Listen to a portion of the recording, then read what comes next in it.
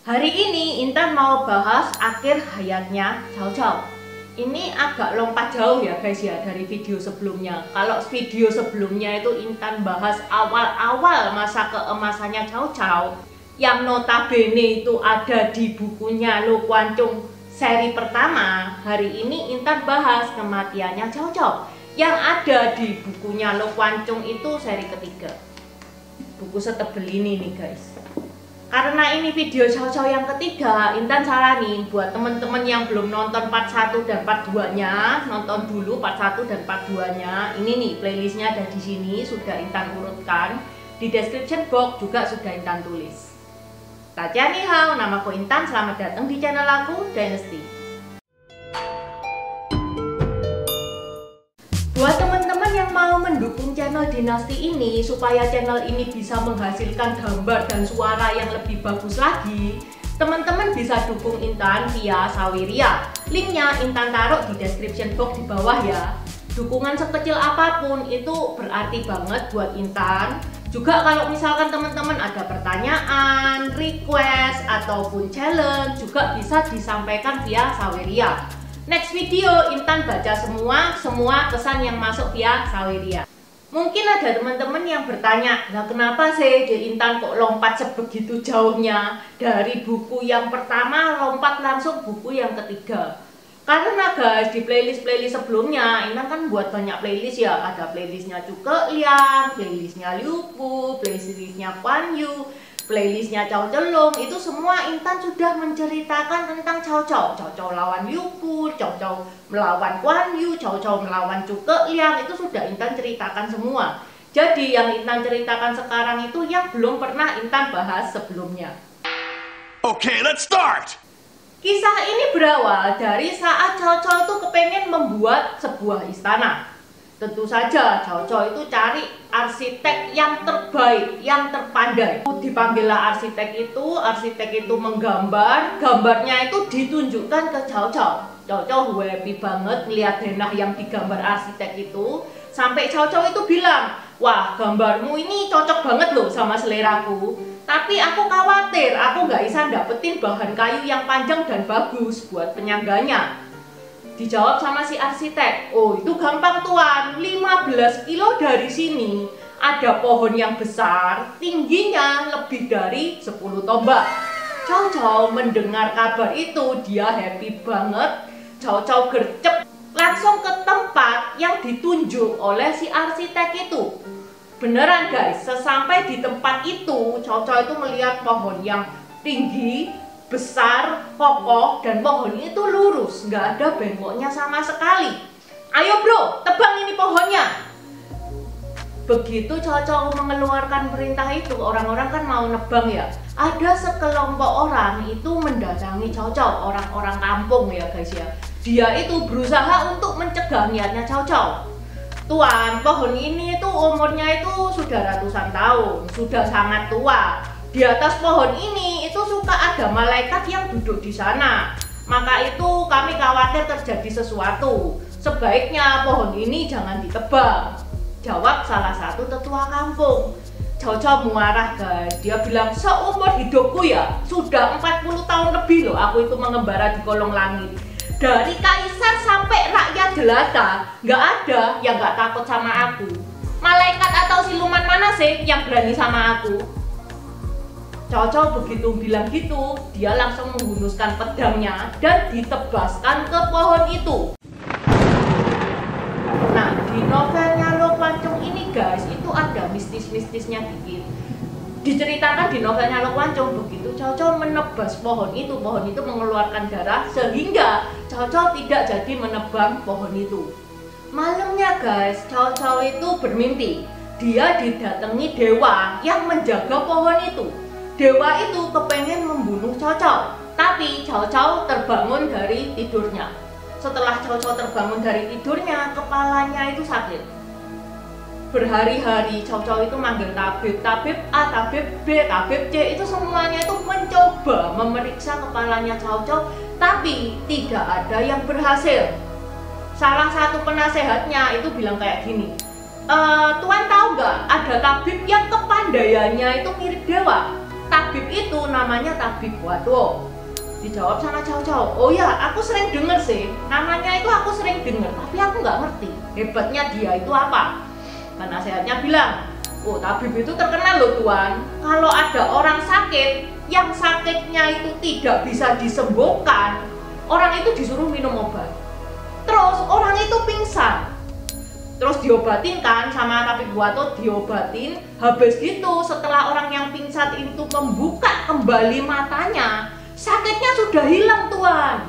Wah, Cao Cao itu langsung tertarik. Kelihatannya hebat ya, panggil si tabib. Datanglah Tabib Buatwo memenuhi panggilannya Cao Cao.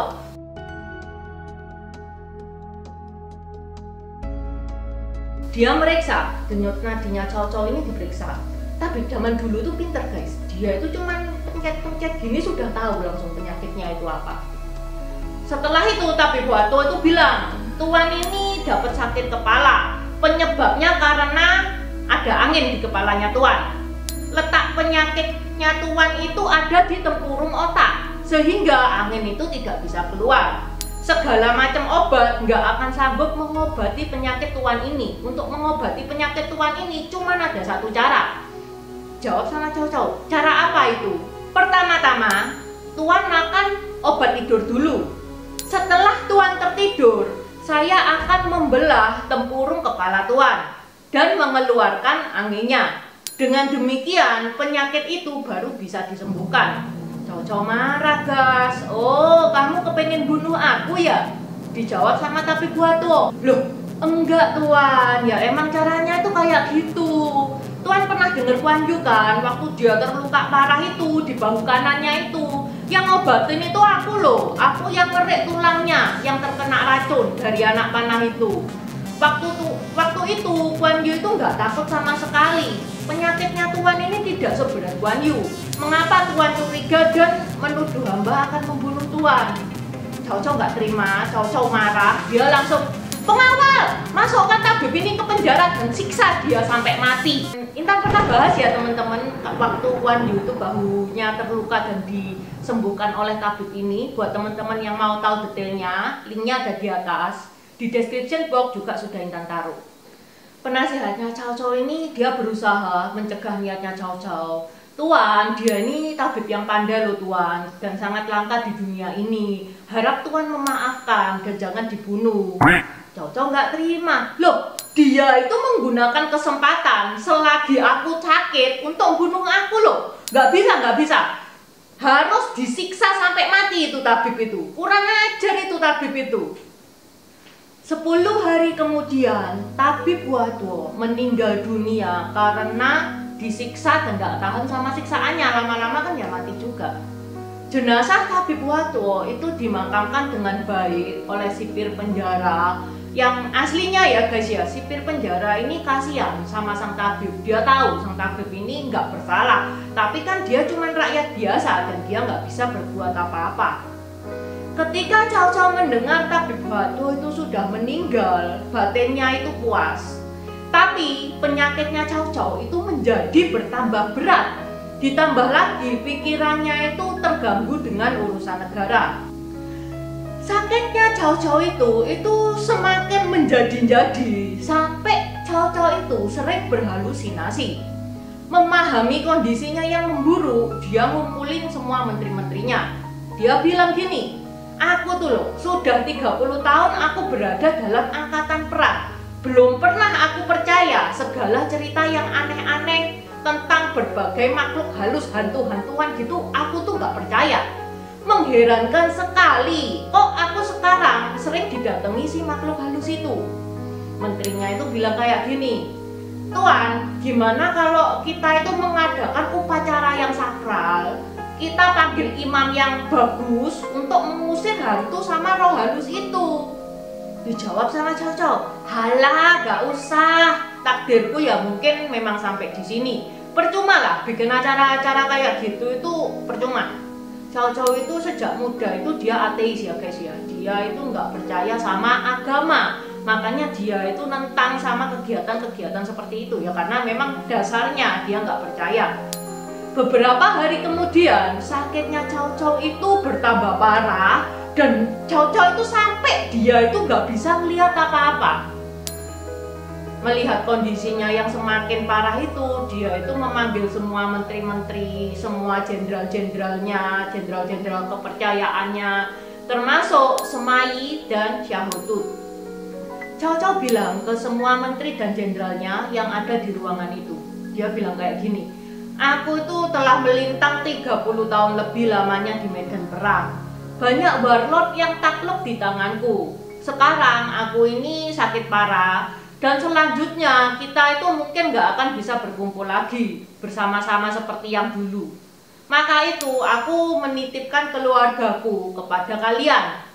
Untuk penggantiku, aku mau mengangkat Chow Pi karena dia yang paling pantas untuk mewakili aku daripada anak-anakku yang lain. Aku harap Anda semua mau mendukung dia. Semua yang ada di sana itu, dia itu menangis, dia menitikkan air mata. Soalnya Chow Chow ini guys, meskipun dia itu antagonis ya, antagonis kejam gitu ya, tapi dia memperlakukan jenderal dan menteri-menterinya itu dengan baik. Makanya menteri-menteri dan jenderal-jenderalnya ini itu setia sama dia, loyal sama dia, bahkan sayang sama dia. Chow Chow juga memerintahkan orang-orang agar membuat 72 kuburan yang semuanya sama. Satu dengan yang lain, tidak boleh ada yang berbeda. Chow Chow bilang gini, aku tuh gak kepengin seorang pun tahu di mana jenazahku itu dikuburkan. Chow Chow itu ngasih alasan kalau dia itu khawatir orang akan membongkar dan menggali kuburannya itu jika dia tahu di mana jenazahnya Chow Chow itu dikuburkan, karena Chow Chow itu menganggap semua orang itu benci sama dia. Dan Chow Chow menutup mata pada tanggal 15 Maret 220 di usianya yang ke-66 tahun. Kedudukan Chow Chow digantikan oleh anaknya yang bernama Chow Pi. Sampai di sini dulu cerita Intan. Terima kasih sudah menonton. Terima kasih udah nonton channel ini sampai habis. Dukung aku terus berkarya dengan klik subscribe dan bunyikan lonceng di bawah ya guys.